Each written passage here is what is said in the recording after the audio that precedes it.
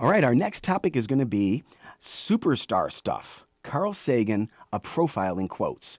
This is something I'm going to try and do every once in a while, where I'm going to take the quotes that either a person said, of someone from science and religion or philosophy, take a famous person there, or even someone who's not that famous, but who's interesting in their own right, and do a profile of that person through those quotes. All right. So what I want to talk about today is Carl Sagan. He's one of the most well-known scientists in the world who's ever lived. Obviously, everybody knows who Carl Sagan is. He's well known mostly for his work in what's known as exobiology. It's a kind of a fancy term, but it really just means study of extraterrestrial life or potential for extraterrestrial life. I'm really excited, by the way, picking up on that interest. I'm going to be seeing Neil deGrasse Tyson in concert live, who's going to be talking about that very soon. So I'm really excited about that. But back to Carl Sagan. He was also, most people know him, or at least back when when he was really involved in science. Of course, he's passed away, so not so much involved now. But anyway, he was the host of and author of a book named Cosmos, and then of course the series on TV that followed that same name and theme. Awesome, one of the best and biggest shows and biggest books on science at that time. Here's something though that I found really interesting. We're going to start out with at least a couple of quotes from Carl Sagan that show what I see as a contradiction in his thinking, which I'm really curious about, and I want to know from maybe you who know more about Carl Sagan than I do, or certainly from people who maybe a biographer or maybe other people who study science. Here we go. All right. And really what it is, it's that he exalts the human condition on one hand, okay? But he's also diminishing our importance in the universe on the other hand. Here's his quotes. Here are a couple of those. Ready? Here we go. Who are we? We find that we live on an insignificant planet of a humdrum star, lost in a galaxy tucked away in some forgotten corner of a universe in which there are far more galaxies than people. He goes on, another one similar. Our posturings, our imagined self-importance, the delusion that we have some privileged position in the universe are challenged by this point of pale light.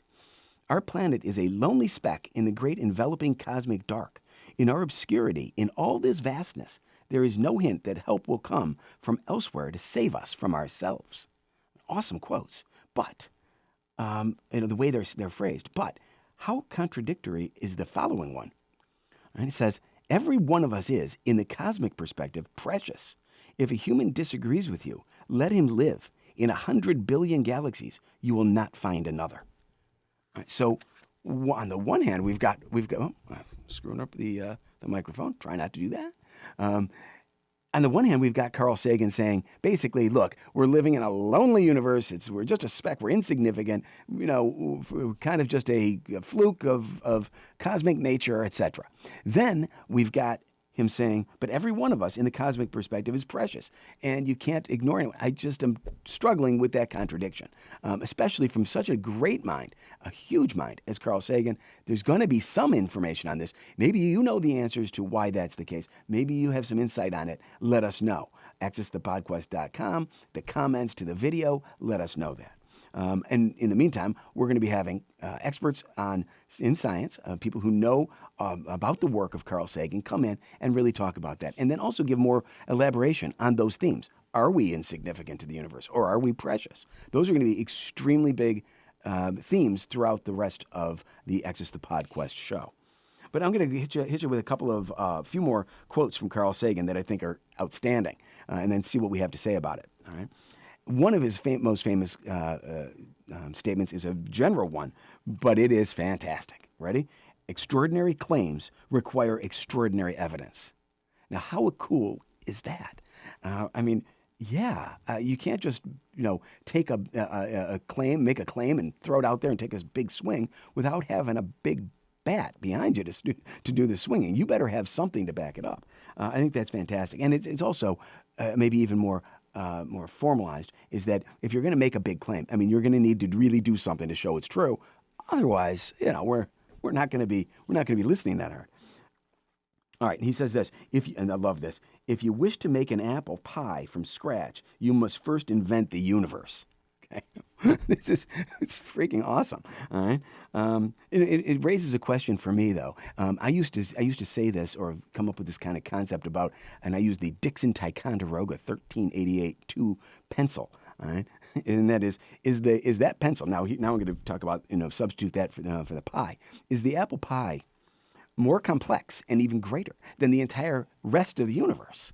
All right? Because he's suggesting you need the entire universe to make the pie. Well, yeah. So does that bring the pie, the apple pie, into a position it makes it actually more important, more complex than the universe? And this has something, as some of you might or might not be able to recognize it. I'm not sure, but if you do, that's fantastic. If not, I'll tell you. Paley's watch argument. One of my favorite things out there, Paley's watch argument, and I'm going to kind of breed this in. I'm going to say, maybe we'll call it Paley's apple pie at some point. But there's going to be something about that as we go forward here. Keep that in mind, if you will, please. All right. He also said this. This is really another fantastic set of quotes.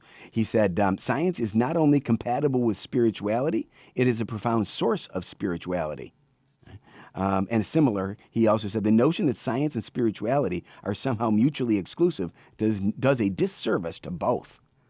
Again, fantastic stuff here, star stuff. Okay, and let me get to that because I just want to kind of skip over that a little bit because I'm running out of time. But I want to read this because this is one we all know of.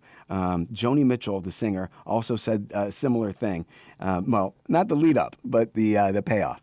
All right? He said, this is where Carl Sagan said, the nitrogen in our DNA, the calcium in our teeth, the iron in our blood, the carbon in our apple pies were made in the interiors of collapsing stars. We are made of star stuff.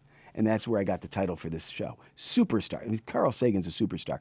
He said we are star stuff, obviously saying, or referring to the fact that we are made of carbon and all these various elements that were incubated in stars eons and eons and eons ago. And the amount of cosmic evolution that led to where we are today, holy smokes, it's just absolutely mind-boggling. And we are made of all of that. So we're part of the universe. And that's just amazing. And by the way, I think you probably would have picked that up. I just got done hammering on it. But he referenced the carbon in our apple pies were made in the interior of collapsing stars. All right? So we know one thing also, that if Carl Sagan is going to sit down and have dessert and he's going to have pie, it's going to be apple. Okay, there's no doubt. It's his second quote that's the case. Okay, so there's also, I wanted to read a similar thing with Alan Watts, but I can't seem to find it in my notes. Alan Watts had a couple of similar things with a couple of similar thoughts to Carl Sagan. And one of these days, I'm going to be doing a show that is a profiling quotes of Alan Watts. And some of these quotes that I told you about today, I read to you today, are going to kind of appear not in obviously the same words, but in the same theme. And so that's going to be fun. And I'm not sure if you guys know who Alan Watts is, but you will as we go forward. He's another fantastic thinker and a very great source of super cool quotes. So there's that. But let me tell one more, and then I think that's going to be my time for today. Here we go. This is from back to Carl Sagan. He said, when you look more generally at life on Earth, you find that it is all the same kind of life. It uses about 50 fundamental biological building blocks, organic molecules. With trivial exceptions, all organisms on Earth use an enzyme to control the rate and direction of the chemistry of life, a nucleic acid to encode the hereditary information, the identical code book for translating nucleic acid language into protein language at the molecular level. We are all virtually identical, effectively saying what I've thought all for such a long time, and I can't wait to get to these topics and these concepts. And my point is similar to it's a takeoff on Carl Sagan's point, which is if everything's made up of all the same stuff, if we're all atoms and we're all molecules and we're all nucleic proteins and all the rest of it, then why don't I just blend into the seat that I'm sitting in? Well, how do I differ? How do all the cells and molecules, how do they differentiate and know that they're supposed to not blend into each other? I don't know. I can't wait to talk to science people, philosophers, etc., all about it. We're going to do that, and in the meantime, before I get to those interviews, I'd love to know your thoughts and what you'd like us to ask those people, and your comments, your input. Please go to exusthepodquest.com and get into all that with us. Give us a little some dialogue on it. That would be awesome. And also, don't forget, please if you like the show, click subscribe, get into it, and give us some comments there too. On YouTube, the comment section is wide open. We'd love to have all of your input there. You go there, we will be going ever forward.